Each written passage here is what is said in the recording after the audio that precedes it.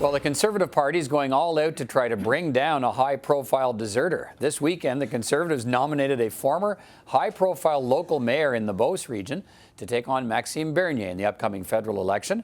Richard Lehoux is a former dairy farmer and former head of the Quebec Federation of Municipalities. And let's face it, Maxime Bernier needs to hold on to his own seat if he expects to give credibility to his new People's Party of Canada formed this fall. He's also trying to make sure that people who join him don't trip up the new movement by doing or saying something controversial. So lots to cover with Maxime Bernier, who joins me now in our studio. Good to see you again. Thank you very much. Thanks for being here. So let's start with the Conservative candidate you'll face in the fight for your seat in Beauce. What do you know about him? First of all, I'm not surprised. The Conservative Party of Canada and Andrew Scheer, they're in favor to keep the cartel, the dairy cartel, and they decided to choose a dairy producer against me. And, I like competition. It's a good competition. And what I know, I think that will be another debate during the next election in our riding, if we must keep that cartel or not. That would be part of the discussion for sure. So, I mean, can you beat him? And I guess, you've got four elections in Beauce? Yes. And have you won the elections because you're Max Bernier or because you're a Conservative? I said to people in Beauce, I'm the same guy. I just changed the vehicle. I'm not in a new party that is in line with the real entrepreneurship values of people in Beauce, the values of the Western civilization, individual freedom, personal responsibility. So I'm the same guy. I'm fighting for the same values, and I will always fight for Beauceron as the leader of the People's Party of Canada. So, and I don't take anything for granted.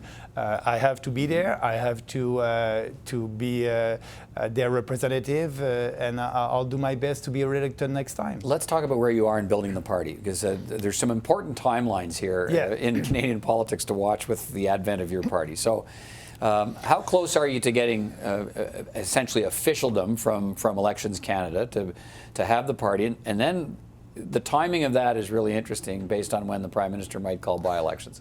Yes. So when do you expect the party will be official and ready to put forward candidates in possible by-elections, for instance? We'll have our approval by Election Canada soon. It's a question of weeks. So mid-December, everything must be done with Election Canada. So we are doing what we need to do right now to build a party in every region in this country. So we have up to now 110 riding association ready. So we need to have riding association all across the country before the end of this year, and we'll be able to do that. If the Prime Minister is going for a by-election and calling a by-election after December the 10th, we'll be able to have candidates in by-election. Like there's four openings. He's called one. Yes. The other three he hasn't called yet. And do you think he's waiting so that your party can become so that you're able to run candidates in the by-election and split the Conservative vote? First of all, I hope that is waiting for us. We want to be part of these by-election. So first. Second, you cannot split the right if there's no right. Andrew Scheer and the Liberals are the same about a lot of policies. The first one is the cartel, and there's a lot of policies. So we have to show to Canadians that we are the real principal alternative, and that will be our goal. Okay. And so you're saying that if he waits till December 10th, you expect to field candidates in the three other by-elections? Absolutely, yes. Okay. And what do you think that will do to the Conservative? You say Conservative voters. But not only Conservative voters, we want people who share our values. That's not only Conservative Canadians. If you believe in abolishing the supply management cartel or ending corporate welfare, like the NDP, you can vote for us on that. But what if running People's Party candidates causes Liberals to win? You cannot say that. Canadians will decide at the end. But you don't want Liberals to win. But if for sure. But if Conservatives split the vote, Liberals have a better chance. Yeah, but in a democracy, you're always splitting the vote. If you don't want the vote to be split, you must be a dictator, a unique party. So the Liberals are splitting the vote with the NDP, and us, yes, we will share the vote with Conservative and other people. That's the big difference with us and Andrew Scheer. We want to appeal to 30% of the population that didn't vote last time. So that's a huge clientele over there. So not only conservative, but these people who want real changes based on principles. How many party members are you up to now?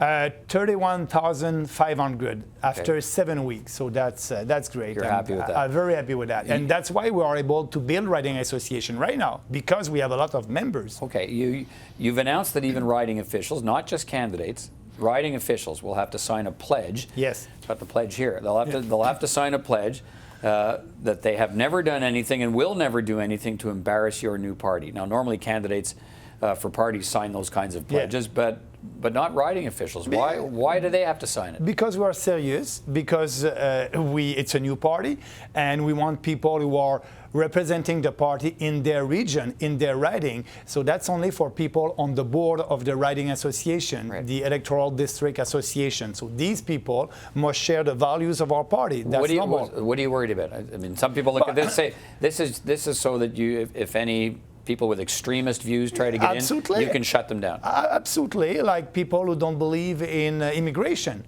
You know, we're not anti-immigration. We're not for a mass immigration. We just want lower immigration. So the anti-immigration people, they're not welcome in our party. So, you know, we are serious, and it's a serious party based on serious policies. So we need serious people, and that's normal to ask for that. Let's talk about the policy. The pledge also says that they won't try to change your policies. I mean, you left one party because you didn't agree with their policies. Now people are going to join your party, but if they want to try and change your policies in your new party, they're out. No, what I'm saying is they must share the fundamental values of our party: individual freedom, personal responsibility, respect, and fairness. That's the most important. But yes, we'll have a convention, and people will be able to debate in line with these principles. But well, is a principle is an end to supply management? Is that a fundamental principle? Absolutely. So if you join your party and say, you know what, Max, I think we should reconsider our opposition to supply management. They don't belong in the party. No, they're not welcome. And that's why the platform is very well known, and that's why we're able to attract people in our party because of these ideas. So we are serious with Canadians and with our members. We're telling them, if you believe in that, come with us, and you'll have an opportunity in the future to have a political debate with us. But right now, we have a year to build a party, and we have a platform that is very popular. That will be the platform of the next campaign. We don't have time to change that before the next election. Let me ask you one quick last thing. We've talked again in our program tonight about climate change. And we've seen surveys over the weekend that Canadians are where they are on the issue of climate changes and carbon tax, but they do want to see policies from parties. Will your new party have a policy on climate change? No. Why not? No. First of all, I believe in climate change. Second, and what I'm saying, there's a lot of program at the provincial level and at the municipal level fighting for that. The best policy will be the free market policies. And what we'll do, we'll try to have a competitive environment, a competitive country, and being open. And that would be the private sector who will find solution on climate change. But does the government have a role in encouraging the private sector to For sure, to come yes. up? But yes. not subsidies, just... encouraging having the best economic platform. Lower taxes, less regulation, more competition, and the private sector will find solution for that. So that's what we want to do. And at the provincial level, there's a lot of program, and we have a carbon tax actually in Canada right now. We have a tax, the tax on gas.